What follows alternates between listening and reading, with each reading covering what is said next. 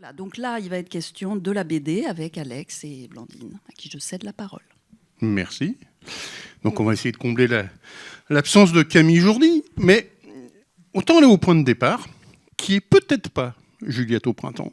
Parce que si j'ai bien suivi, vous aviez tenté une approche avant, puisque vous aviez voulu, si je ne me trompe pas, adapter Rosalie Bloom, qui était la BD précédente de Camille Jourdi. Absolument, ouais. Quand j'avais lu Bonsoir, quand j'avais lu Rosalie Bloom, je l'avais contactée par Facebook et elle m'avait dit les droits viennent d'être achetés. Je crois que c'était Marine Karamitz qui les avait achetés et elle ne savait pas encore qui allait réaliser, etc. Donc ça s'est arrêté là. Et puis voilà, pour Juliette, heureusement personne n'avait pris les droits avant moi, quoi. Mais qu'est-ce qui fait du coup que cette BD-là, vous dites c'est pour moi, il faut que j'en fasse un film? En quoi ça résonne chez vous? Ça s'est pas passé comme ça la première fois que je l'ai lu. Je voyais pas du tout comment l'adapter au cinéma. Et puis j'y suis retournée et j'ai compris en fait c'est une bande dessinée dans laquelle les personnages sont très bien construits dans leur psychologie, dans leur personnalité, dans leur façon de parler, mais il manquait comme des petites choses à aller chercher sous les cases pour en faire un film. La bande dessinée est absolument parfaite comme elle est, mais pour aller au cinéma, il fallait un petit peu oui, aller gratter, quoi. Et donc, j'ai proposé à Camille d'insister sur certains points et elle m'a tout de suite fait confiance. Tout de suite, voilà. On va aller creuser sous les cases dès là, avec un extrait qui va peut-être rapprocher effectivement la BD de votre cinéma. Donc, si le premier extrait veut bien partir. Bah non, c'est moi qui ai regardé hier. Hier, t'as bien c'est le jeu toi qui as d'eau, choisi. Oui, oui. Papy nous a acheté des bonbons. Ah, d'accord. Et tu m'as encore confondu avec une poubelle. Ça dit bonjour à Juliette. Bonjour Juliette. Juju, viens, on va à la douche. Lulu, ça va? Viens, allez. Non, viens, Lulu. Ça va, ma chérie? Viens, maman, viens. Oh là là, t'as trop grandi. Je pourrais te prendre en photo pour mes dessins. Et t'as pas besoin d'une grosse? C'est quoi ça? Le chat. Pour un chat, c'est un bœuf. Tu fais quoi, papou? Papy, encore un bonbon, s'il te plaît. Oui, moi j'en ai eu 15. Ok. Dis château fort. Château fort. Château. Bon, allez, encore un si tu veux ton bonbon. Dis château hanté. Château. Un bonbon. Bonjour Juliette. Hé. Ça va? Moi je préfère un képi que... Et très très beau ton flan. Ah bah merci, tu vois, ça me fait plaisir parce que c'est les premiers au chocolat. Tiens. Tu seras là pour l'anniversaire de Gabi? Oui. Tiens, Gabi, c'est ma bien, pousse, ça. fais te voir, chérie. Mais j'ai Et, besoin d'aide. Lulu, là, on va prendre la douche. Allez. Non, non, arrête de faire l'enfant mort. Allez, arrête. C'est quoi, papy? Pour rester dîner? Non, non. Et les enfants frites ou nouilles? Nouilles. Allez, on va faire les devoirs. Alors, c'est un extrait qui a l'air anodin comme ça. Sauf que, alors c'est peut-être moi qui calque des choses, mais ce sera à vous de me contredire si jamais c'était pas le cas, mais j'ai l'impression que ça ressemble beaucoup, qu'il y a un peu de l'essence de vos films, à savoir des films très peuplés, à savoir des films sur la famille, et à savoir sur des films sur, parce qu'on voit sur le regard de Juliette, donc Isia Higelin, de comment est-ce qu'on trouve sa place dans la famille. Et j'ai l'impression que votre cinéma, souvent, alors il n'y a pas que ça, mais c'est quand même quelque chose qui revient régulièrement. Oui, je crois que la famille, c'est l'endroit le plus sécurisant et le plus déstabilisant et insécurisant. Donc, c'est un sujet infini. Mais c'est intéressant cet extrait parce qu'il y a des répliques qui sont exactement les mêmes que dans la bande dessinée. Et en même temps, voilà, moi j'ai rajouté le chat qui fait le bordel en tombant. Et puis surtout le personnage du mari de Marie-Lou. Dans la bande dessinée, il est beaucoup plus éteint. Et là, j'en fais vraiment un homme qui essaye que sa femme l'aime un peu, quoi. Et qui est plutôt un homme très tendre et plein de bonne volonté, quoi. C'est des scènes très compliquées à mettre en scène, ça paraît pas comme ça, mais comme il y a beaucoup de personnages et beaucoup d'interactions, donc c'est assez laborieux à mettre en place et après c'est très réjouissant à faire, quoi. Mais avec quelque chose en plus qui est justement ce côté de l'ordinaire. Genre que ce que vit Juliette et les personnages dans le film sont des choses qui sont pas si ordinaires que ça, mais il y a un côté aussi qui est là assez présent dans vos films, qui est l'idée de s'inscrire dans un quotidien, de situations qu'on pourrait penser banales et qui en fait le sont pas finalement. Surtout, il y a particulièrement pour ce film où il y a plein de de petits cailloux qui sont posés par rapport au tabou familial. Et donc, cette histoire de le petit garçon qui fait l'enfant mort, voilà, ça fait partie des multiples cailloux qu'on pose. Moi, ça m'amuse beaucoup de faire comme des espèces d'énigmes permanentes, quoi. Il y a quand même cette idée d'adapter une bande dessinée. Alors, je ne sais pas si on va pouvoir mettre un scan à l'écran d'une des premières planches. Non, voilà. Ça, c'est une des premières planches du film. Et ce qui est très troublant, c'est que j'ai le sentiment que cet album, il vous a servi autant dans le récit, dans l'histoire à trouver, mais aussi, alors pas s'en servir comme un storyboard, mais presque comme un mood board, dans la mesure où l'atmosphère de la bande dessinée se retrouve beaucoup dans le film, mais il y a quelque chose de très troublant, c'est la similarité des décors, par exemple. C'est-à-dire qu'il y a des choses dans les cases où c'est vraiment une transposition des cases, notamment sur les décors. Pas forcément sur les personnages, ça on y reviendra après, mais sur les décors, c'est assez troublant de voir à quel point, presque, c'est pas un décalque, mais qu'il y a une vraie perfusion entre les deux. Moi, j'ai grandi en banlieue, donc je connais très bien la banlieue, que je trouve pas toujours très bien racontée d'ailleurs au cinéma. Il va falloir que je m'y colle un jour. J'aime beaucoup, par exemple, ce que Solveig Hansbach a fait de la banlieue. On était du même quartier. Et voilà, je trouve qu'il y a encore plein de choses à faire là-dessus. Et ne connaissant pas le décor de ce film, c'est-à-dire la petite ville de province où tout le monde se connaît, c'était très confortable pour moi et rassurant de m'appuyer complètement sur les dessins de Camille. Et c'est ce que j'ai demandé au repéreur du film, c'est de trouver une ville qui ressemble à la bande dessinée, quoi. Et c'était génial parce que jamais on cherche dans ce sens-là normalement. Mais effectivement, je me suis beaucoup appliquée, même parfois, à faire des cadres qui ressemblent à la bande dessinée. Ouais. À l'inverse, sur les personnages, alors il y a des traits communs, mais il y a des choses qui sont assez différentes. Il y a par exemple au moins un personnage qui est très différent de la BD au film, qui est celui de Pollux. Et là aussi, on va voir un extrait pour l'expliquer.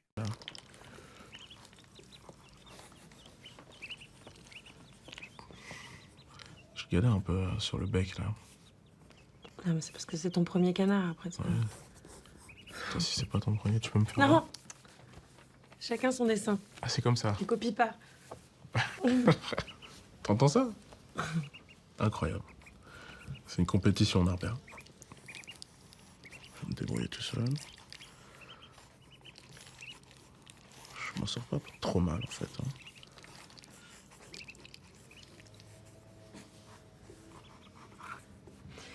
J'ai fini.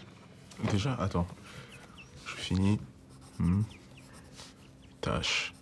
Bec. C'est bon, c'est bon.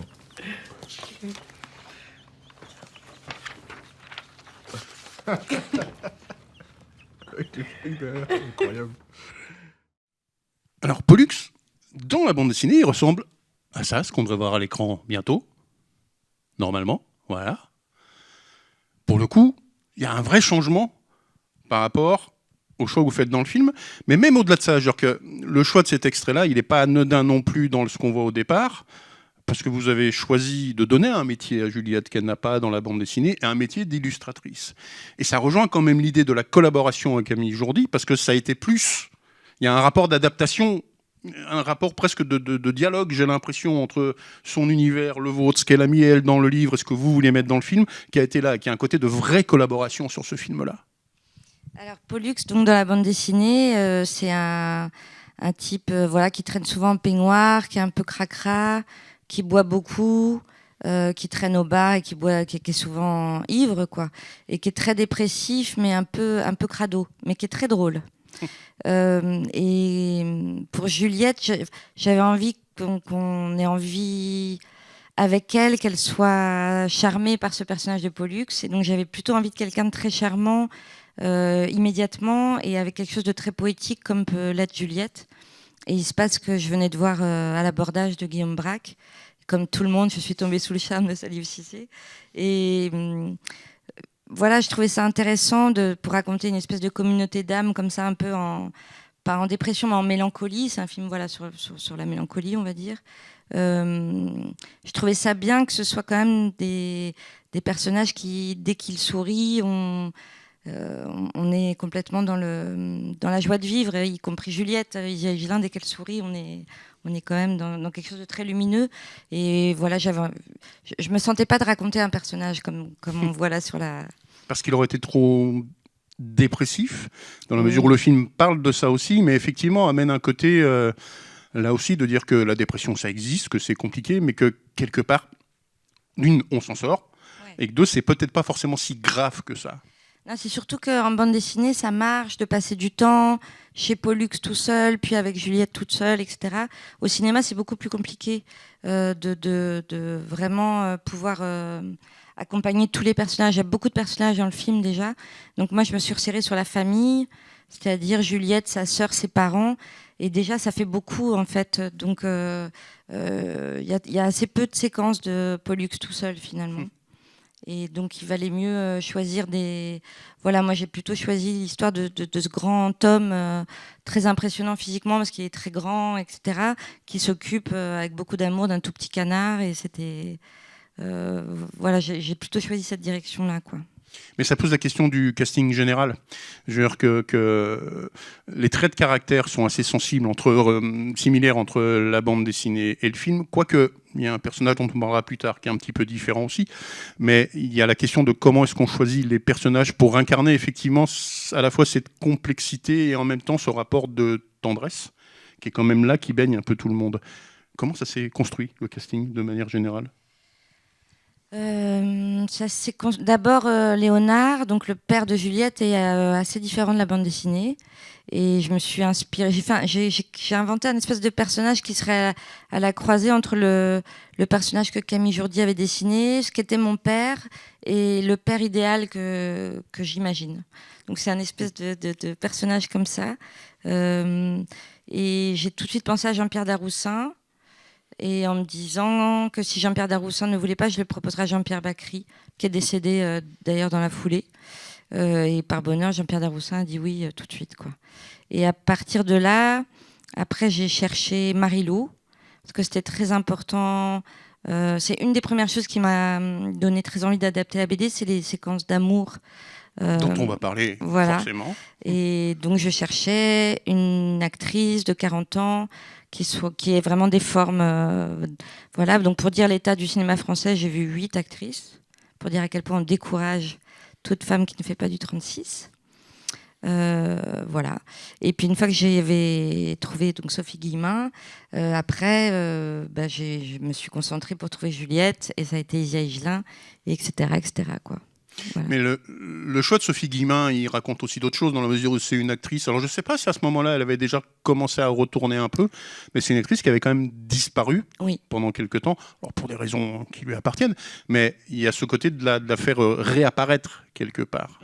Est-ce que ça, c'était aussi conscient, le côté de, justement, dans cette idée, autant il y a l'idée de réparation en filmant des corps normaux, entre guillemets, au cinéma, ce qu'on ne voit pas forcément souvent, mais aussi le choix de cette comédienne-là, qui avait disparu des radars pendant quelques temps. Non, moi, j'avais pas d'influence sur son parcours. Elle était en train de refaire des castings. Je crois qu'elle avait déjà retourné un petit peu. J'étais super contente de la retrouver, oui, mais... moi, je la connaissais pas, et comme tout le monde, je l'avais vue dans L'Ennui et dans Quand Harry... Harry, un ami qui vaut du bien. Voilà. Mais enfin voilà, non, mais je suis très heureuse pour elle qu'elle revienne avec un rôle comme ça, ouais. Cette idée d'adaptation-là, elle est comment dire ça ? Elle a quelque chose d'aussi qui pousse le truc un peu plus loin, mais en même temps, il y a des variations. Je pense par exemple au secret qui tourne dans le film, qui n'est pas évoqué du tout de la même manière dans la bande dessinée que dans le film. Et qui, quelque part, dans le film, est plus utilisé presque comme une espèce de twist. Il y a un côté de mystère qui flâne un peu plus que dans la bande dessinée, où la chose est en suspens, mais elle va être assez vite évoquée. Qu'est-ce qui a amené ce choix-là ? Qui a amené ce choix de faire quelque part de ce mystère ? Alors, je dis rien pour les gens qui n'auraient pas vu le film, vous voulez découvrir, mais qu'est-ce qui a amené cette idée d'en faire quelque chose qui soit presque pas le moteur du film, mais le déclic du film ? Ça, c'est avec Maud Ameline, qui est une super co-scénariste. On a cherché à... Parce que c'est un film qui est compliqué, puisqu'il raconte quand même un espèce de... C'est d'abord une espèce de quotidien assez banal, et en même temps, il faut qu'on sente qu'il y a quelque chose qui grince partout, quoi, dans toutes ces séquences qui nous... assez anodines, ça grince de partout. Donc, on s'est vraiment appliqué à tendre un fil pour qu'on ait envie de rester dans cette famille, qu'on ait envie de comprendre ce qui les traverse et ce qui les habite tellement tous, chacun d'une façon différente, mais voilà, ce sont des gens, sans trop en dire, en tout cas, qui sont traversés par un deuil très puissant, mais personne ne le vit de la même façon. Donc ça les sépare finalement, quoi. Voilà, donc encore une fois, ce qui fonctionne dans une bande dessinée ne fonctionne pas au cinéma. Dans la BD de Camille, on peut tourner parfois 10 pages sans que la narration avance, et c'est juste un plaisir visuel et poétique, etc., ce qui n'est pas possible au cinéma du tout, quoi. Ça pose quand même une autre question qu'on a par rapport à une planche comme celle-ci, qui est le côté de comment est-ce qu'on distribue la parole, autant dans la bande dessinée, qui est quand même très parlée, que dans le film, parce c'est un film qui parle essentiellement de non-dit, de la difficulté de dire des choses, et qui en même temps est très parlé, avec des scènes où les conversations se croisent, se superposent. Comment ça s'organise, ça, cette idée de mettre cette apparence, et en fait, il faut creuser un peu dessous pour dire « Ah, mais il y a d'autres choses derrière ». Ouais, mais je crois que c'est le principe des gens qui ne se parlent pas. Ils sont souvent très très bavards, quoi. Juste à partir de commentaires sur le temps qu'il fait et ce qu'on mange. Il y a beaucoup de maisons qui sont remplies de ces phrases pas très intéressantes et où personne ne se parle. Donc c'était ça l'enjeu de la mise en scène. C'est super ça, parce que dans le film, il y a des planches entières de la bande dessinée qui sont identiques, quoi, vraiment, parce que les dialogues sont tellement bien écrits par Camille que parfois je pouvais toucher absolument à rien. C'est des séquences qui sont très compliquées à mettre en scène parce qu'on répète beaucoup, quoi, pour voir le rythme, etc. Mais c'est très réjouissant. Et je sais plus ce que c'était le début de la question. Non, la question de comment est-ce qu'on organise quelque chose dans un film qui est très bavard, alors qu'en fait, il parle de la difficulté de communiquer, quoi. Oui, alors surtout la différence avec la bande dessinée, c'est qu'une bande dessinée, c'est silencieux. Et la comédie marche beaucoup, beaucoup avec le son. Moi, j'adore être au bruitage. J'y suis pendant les 15 jours. Apparemment, ça se fait pas beaucoup. J'ai appris ça par mes bruiteurs. Mais il y a vraiment moyen de rajouter beaucoup, beaucoup de comédie avec un son d'une fourchette et des bruits de pas, etc. Donc c'était très amusant à faire, mais après laborieux, la scène du repas, c'est 2 jours à table, quoi. C'est 2 jours, 14 personnes à table. Donc c'est un peu laborieux, mais après ça paye, quoi. Toujours sur l'idée de la collaboration avec Jourdi, il y a une scène qui est très particulière et qui révèle autre chose et qui est très à part dans le film, qu'on va voir maintenant.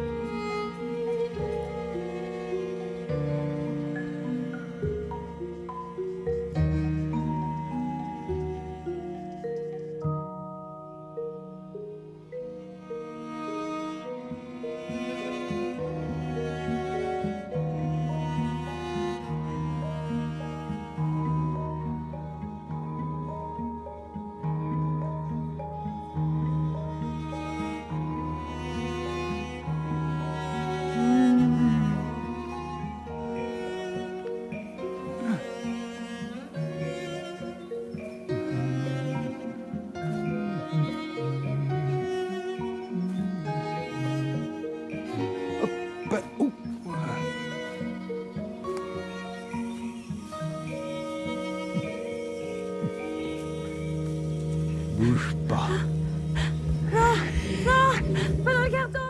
Donc cette scène est la seule du film qui est en animation. Si je ne me trompe pas, c'est la main de Camille Jourdi qu'on voit quand on voit donc le personnage de Juliette dessiné. Mais en quoi c'était important pour vous qu'elle s'implique, parce que si je suppose que c'est elle qui a dirigé cette scène-là aussi, en quoi c'était important pour vous de l'impliquer à ce niveau-là, d'ajouter cette scène-là qui en plus renforce le côté un peu du trauma qu'il y a dans le film autour, avec ce carton qui lui tombe dessus, quelle idée du secret, tout ça, et qui n'est pas dans la bande dessinée non plus. Donc oui, dans la bande dessinée, Juliette n'a pas de métier, donc j'ai proposé à Camille Jourdi qu'elle soit illustratrice, ce qui me permettait d'inviter concrètement Camille sur le tournage, vu que c'est sa main qui remplace celle de de Isia, ça me permettait de rajouter un mode de communication supplémentaire entre les personnages qui n'arrivent pas à se parler avec les dessins, où Juliette dessine ses parents, leur demande de poser pour pouvoir les dessiner et faire ses illustrations. Ça permettait, donc il y a aussi un langage avec les photos, enfin ça c'est des choses qu'il n'y avait pas dans la bande dessinée. Et donc Juliette trouve un carton avec des souvenirs d'enfance et elle comprend pas très bien qu'est-ce que c'est que ce carton, pourquoi on a gardé des choses. Donc je trouvais ça bien qu'il y ait un cauchemar comme ça qui la ramène à son traumatisme. Donc quand j'ai proposé à Camille qu'on fasse animer ses dessins, elle n'était pas très très emballée. Elle trouvait ça très bizarre. Elle avait peur que ce soit moche. Puis finalement je l'ai convaincue et elle est très contente du résultat, mais elle avait peur, donc elle a juste fait les dessins, puis il y a une animatrice qui s'en est occupée. Donc tout comme moi, Camille a découvert le film au bout de, c'était à peu près 2 mois et demi ou 3 mois de travail, ça. Et finalement elle était super contente, mais oui, elle a eu peur de ça. Ouais. Je reviens sur la question du casting. Parce que vous avez parlé donc de Juliette, de sa sœur, du mari, du père, mais il y a 2 rôles aussi qui sont assez importants, qui sont la grand-mère et la mère, que vous faites jouer par Liliane Rover pour la grand-mère et Noémie Lvovsky pour la mère. Là aussi, c'est pas anodin parce qu'elles trimballent quelque chose toutes les deux. Je veux dire que c'est des comédiennes qui ont un parcours dans leur vie hors écran et à l'écran, qui trimballent quelque chose d'une idée de génération de femmes et d'une idée de la transmission ou de l'indépendance. Est-ce que c'était volontaire ou pas, ça ? Oui, c'est-à-dire que ce sont des films, dans le film, mais comme dans tous mes films, ce sont des femmes actives, c'est-à-dire que s'il n'y avait pas d'hommes autour d'elles, leur vie serait la même, quoi. Ce ne sont pas les hommes qui décident de leur parcours ou qui les influencent, ce sont des femmes désirantes. Toutes, elles expriment leurs désirs, y compris Liliane Rover. Ce sont pas des objets, quoi. Et ce sont aussi des femmes qu'on voit travailler, qu'on voit faire. Je vous assure, vous regardez la plupart des films, les femmes n'ont pas de travail. C'est assez hallucinant. Elles sont juste là, quoi. Et donc on les voit au travail et s'exprimer et avoir des corps qui sont très présents, quoi. Ce sont des actrices qui ont des corps, voilà, c'est ça. Y compris Liliane Rover, 92 ans, elle a vraiment un corps, quoi. Et voilà. Il y a un autre filigrane dans 2 personnages, mais qui peut paraître un peu anodin comme ça, mais je pense qu'il ne l'est pas tant que ça non plus, qui est celui des animaux dans le film. Alors, il y a une histoire de canard qui est déjà dans la bande dessinée, mais on a vu tout à l'heure un chat qui tombe et qui va tomber plusieurs fois dans le film. Mais si on regarde bien le film, il y a plein d'animaux bravo de l'avoir qui se baladent partout. Ouais, il y en a partout. Il y a plein de représentations. Ça raconte quelque chose, ça aussi. Mais en fait, ça part dans la BD de Camille, oui, il y avait cet amant qui se déguise en animal quand même, et puis il y avait le chien de Pollux, et en fait, moi, ça m'a lancé sur une piste d'animaux, quoi. Et j'ai eu envie d'en mettre absolument partout, et tout le monde a joué le jeu, à la déco, au costume. Normalement, dans presque tous les plans, il y a un petit animal quelque part. Ouais. On s'est amusé avec ça, quoi. Je ne peux pas très bien dire pourquoi. Sauf qu'a priori, sauf erreur de ma part, c'est la première fois où vous tournez avec des animaux. Et j'ai adoré ça et je pense que je tournerai plus sans animaux. Parce que ça crée vraiment... Alors déjà, scénaristiquement, c'est génial pour raconter quelque chose des personnages. Pollux pour raconter sa grande douceur, sa solitude aussi, sa tendresse. Le voir s'occuper d'un petit canard, c'est quand même génial. Le chat qui annonce un chaos permanent dans la famille, c'est aussi très utile, c'est drôle. Et ensuite, sur le plateau, ça apporte quelque chose un peu comme quand on tourne avec des tout petits enfants. En général, quand il y a un tout petit qui arrive, ou un bébé même, tout le plateau est prêt, personne ne bouge, tout le monde parle tout doucement, on y va, moteur, action, hop, on y va. Et c'est pareil avec les animaux. Plus personne ne fait plus aucun souci, quoi. Il faut tourner, quoi. Et c'est l'animal qui en fait a le dernier mot, quoi. C'est-à-dire que Norbert, le canard, en fait, Norbert était 20 canards, il y avait 20 petits Norbert. Et donc, c'était Salif, il plaisantait là-dessus, ou des fois, je disais, elle est bonne, le canard était super. Il disait, oui, et moi, donc. Et c'est vrai qu'on est tous tellement concentrés sur cette fragilité de l'animal, quoi. Après, on avait une dresseuse qui était formidable, qui était super. Et, non, mais ça crée des ambiances vraiment très douces, quoi, très agréables. Vous parliez de l'amant. Bah, ça tombe bien, on va le voir, j'allais dire en action, maintenant. Alors tes seins. Tu parles. C'est plus des seins tellement ils se cassent la gueule. Tes fesses me rendent fou. Oh bah c'est bien, t'es pas difficile. C'est simple, si j'étais toi, je me caresserais toute la journée.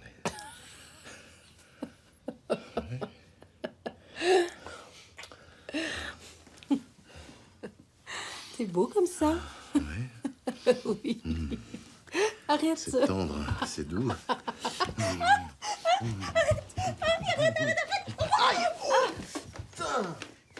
Pardon. Pardon, excuse-moi, mais je déteste les guilis. J'ai horreur de ça. Je supporte pas. Pardon. Excuse-moi. Je t'ai fait mal? Pardon.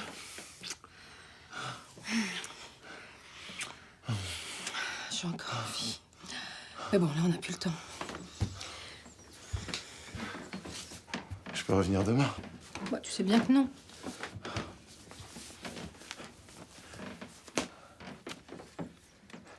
Tiens, c'est pour toi. On avait dit pas de cadeau. On n'a jamais dit ça. Écoute, tu ferais mieux de trouver quelqu'un de disponible. Je voulais te faire plaisir, c'est tout. Bah, ça me fait pas plaisir. Et là, il faut que tu y ailles parce qu'ils vont bientôt rentrer. Tu peux pas me demander de t'aimer que le mardi et le jeudi, Marilou. Mais je te demande pas de m'aimer. Super. Ça, tu vois, c'est pas toi qui décides. Tu peux pas tout décider. Il y en a marre. Bah ouais, il y en a marre, ouais. Ouais, il y en a marre.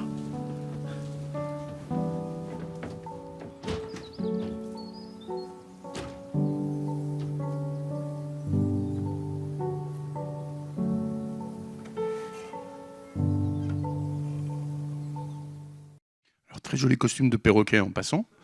La question de la sexualité, elle a toujours été présente dans vos cours, dans vos longs métrages. Mais, sauf erreur de ma part, c'est la première fois que vous la montrez très frontalement. Alors, elle était dans la bande dessinée, on la voit, parce que là aussi, c'est très fidèle entre le change. Mais pour moi, c'est comme si vous étiez passé de l'oral, parce qu'on en parlait beaucoup dans vos films jusque-là, à l'image. Dans Il y avait des choses déjà avant. Dans mon mais... court-métrage Ma culotte avec Christine Boisson, il y avait voilà, une séquence de sexualité un peu ratée, quoi, mais quand même, ça commence un peu à chauffer. Oui, comme je disais, c'est vraiment ces planches de bande dessinée de Camille où je me suis dit, oh, j'ai jamais vu ça au cinéma, j'ai envie de le faire, quoi. C'est-à-dire, quand je dis j'ai jamais vu ça, c'est-à-dire des corps absolument pas... c'est-à-dire que souvent au cinéma, la représentation de la sexualité, c'est des corps très jeunes, très musclés, très maigres, sans boutons, sans poils, sans cellulite, sans bourrelet. Enfin, ça n'existe pas, quoi. Et c'est extrêmement sérieux, grave, où en gros, le gars empoigne la femme et donne des coups de bassin et tout le monde a l'air content, bizarrement. Donc voilà, là, je me suis dit, c'est des corps très normaux, c'est joyeux, ils rigolent ensemble, ou ils parlent, ou enfin, il y a quelque chose de très vivant, et à la lumière du jour, et à l'extérieur quand même. C'est une serre, mais on est quand même dehors. Donc tout ça, ça faisait beaucoup de choses assez inédites au cinéma, quoi.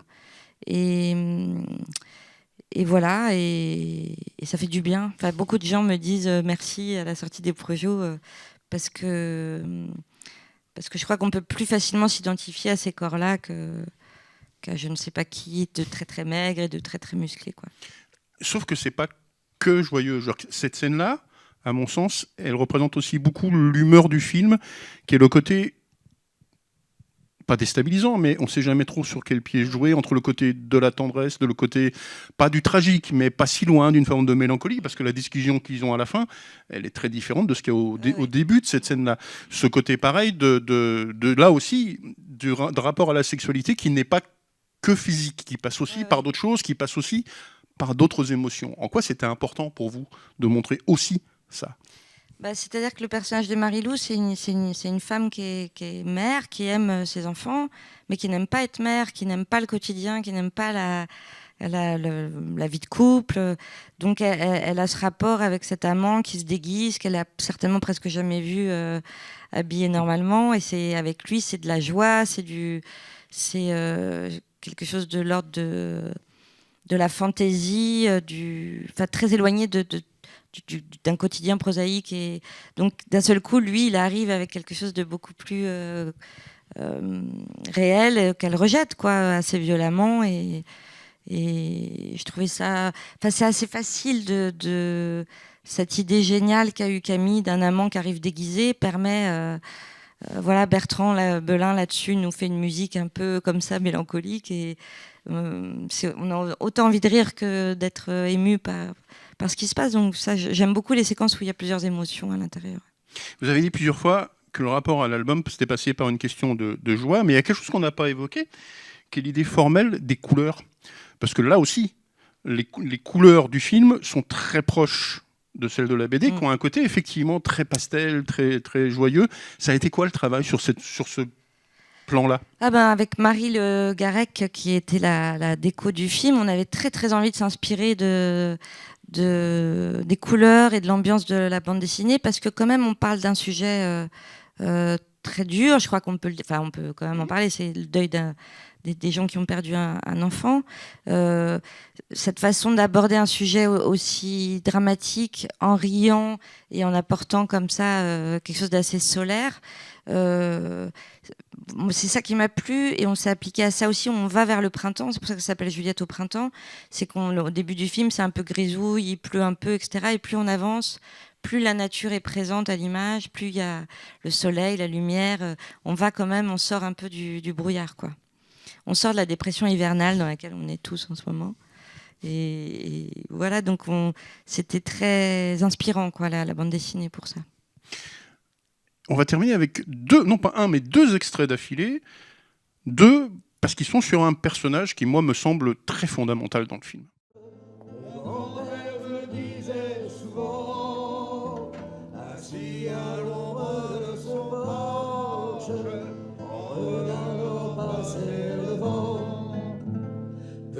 Vois-tu ce pieu de bois auquel nous sommes tous enchaînés? Tant qu'il sera planté comme ça, nous n'aurons pas la liberté. Mais si nous tirons tous, il tombera. Ça ne peut pas durer comme ça. Il faut qu'il tombe, tombe, tombe. Vois-tu comme il penche déjà? Si je tire fort, il doit bouger.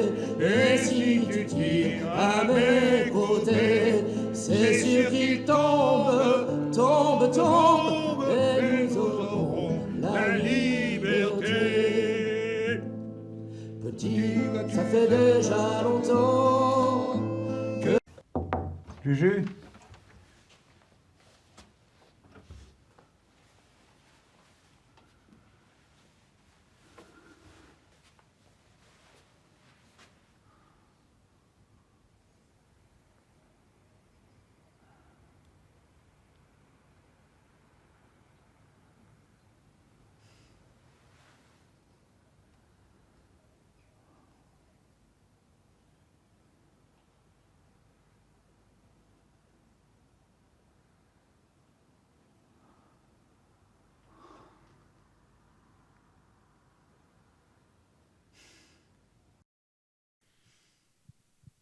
Alors, ces deux scènes-là, je trouve qu'elles sont assez singulières dans le film, ne serait-ce que par leur durée. C'est peut-être les scènes parmi, notamment celle d'avant, qui est une des scènes les plus longues du film. À ma connaissance, dans mon souvenir, elle n'est pas dans la bande dessinée, cette scène-là. Et pour moi, elle pose une question différente, qui est la question du regard d'une fille sur un père. Et pour moi, je me dis, après tout, la clé, c'est peut-être là. Je me demande si ce film-là, c'est peut-être pas plus un film sur les rapports dans le sens inverse, déjà d'enfants à parents, et les rapports avec les pères et avec les hommes, plus que sur des rapports sororaux, si ce terme-là existe. Je pense que c'est les deux, parce que la relation entre les deux sœurs m'intéresse beaucoup dans le sens où, dans cette famille, on a attribué un rôle à chacune, quoi. Il y a la grande qui est forte, et puis il y a la petite qui est fragile, et les pauvres, elles n'arrivent pas à sortir de ces rôles-là, auxquels elles sont assignées depuis toute petite, et qui abîment leur relation. Donc, je pense que c'est très compliqué, au sein d'une fratrie, d'arriver à sortir des rôles qu'on a endossés dès notre naissance, quoi. Ça, c'est un sujet qui m'intéresse beaucoup. Et là, par rapport à Léonard, ce que j'en ai fait dans le film, ce qui est différent de la bande dessinée, c'est que c'est une génération d'hommes, et enfin, même si c'est pas complètement terminé, mais qui ont quand même été... on leur a vraiment expliqué qu'être viril, c'était taire ses émotions, c'était être un peu distant, c'était pas trop montrer ses fragilités, ça tendrait. Et donc, c'est un homme très empêché, quoi, qui aimerait beaucoup être... il a un geste pour sa fille de tout le film où il passe la main comme ça un tout petit peu, mais vraiment comme s'il n'osait pas. Et ça ne l'empêche pas de dégouliner de tendresse dans son regard. Et voilà.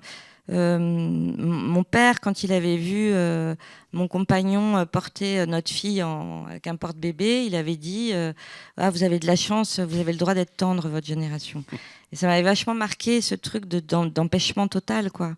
Et ce qu'il y a dans cette famille-là, ils ont choisi de communiquer par la blague, par ma façon de te montrer que je t'aime, c'est de te faire rire et d'essayer de te faire rire et que tu répondes à ma blague. Et voilà, ça y est, on se comprend. Donc il y a beaucoup de vannes, pas toujours très douces à recevoir, mais c'est une façon de communiquer des grands pudiques en général. Donc ça rejoint la bande dessinée là-dessus, quoi. Mais le Léonard de la bande dessinée est plus froid, on va dire, je crois. Il y a toujours eu des hommes et des femmes dans vos films, mais j'ai le sentiment que ce film-là, quelque part en filigrane, il parle beaucoup plus justement des hommes. En quoi c'était important pour vous? Pourquoi ce film-là, d'un seul coup, permet ça? Il y a toujours eu des rapports, mais Zouzou était quand même dans un rapport plus effectivement d'une famille de femmes. Nicolas, il y avait le côté d'une communauté féminine, même s'il y avait des personnages masculins dedans. Mais là, j'ai l'impression que dans cela, il y a une épaisseur supplémentaire que vous leur donnez, ou une attention supplémentaire que vous leur donnez. C'est grâce à Camille Jourdi, c'est-à-dire que comme dans sa bande dessinée, il y avait déjà les personnages étaient très très bien dessinés, quoi, dans tous les sens du terme. Moi, toute seule... oui, je suis moins à l'aise pour dessiner des personnages masculins, mais comme mes collègues masculins, en général, ne sont pas très à l'aise avec les personnages féminins. Là, oui, j'étais très heureuse de travailler avec autant d'acteurs et de raconter des hommes sentimentaux. C'est des hommes qui sont des femmes comme les autres, quoi, avec une espèce d'égalité Je crois que je les ai abordés de la même façon, les personnages féminins, les personnages masculins, ce qui n'était pas forcément le cas dans mes autres films, ça c'est sûr. Dans mes autres films, l'histoire avance sans eux, quoi. Là, non, ça c'est pas possible. Pour boucler la boucle, avant de passer le micro aux personnes dans la salle, est-ce que ça veut dire que, puisque cet album a été le déclencheur du film, qu'il fallait qu'il y ait un déclencheur extérieur peut-être à vous? Est-ce que quelque part cet album-là, quelque part, il a été entre guillemets libérateur de quelque chose qui vous dit ah, je peux m'autoriser à certaines choses que je ne m'autorisais pas forcément en termes de narration, en termes de mise en scène, en termes de récit dans les films précédents? Non, c'est pas une histoire d'autorisation, c'est vraiment une histoire d'inspiration. J'ai pas l'impression de m'empêcher des trucs, mais je pense que c'est aussi voilà, aujourd'hui que je suis mère, que j'ai connu la vie de famille, etc., où ça m'intéresse plus d'en parler, alors qu'avant c'était pas un sujet. Le film choral, comme ça, j'ai déjà fait effectivement des films avec beaucoup de personnages, mais là, c'est encore différent parce que c'est plusieurs générations. Il y a les enfants aussi. Là, on n'a pas trop parlé des enfants, mais moi, j'ai beaucoup aimé travailler avec les enfants. Non, mais une bande dessinée comme celle de Camille, c'est un support merveilleux pour démarrer un scénario, quoi.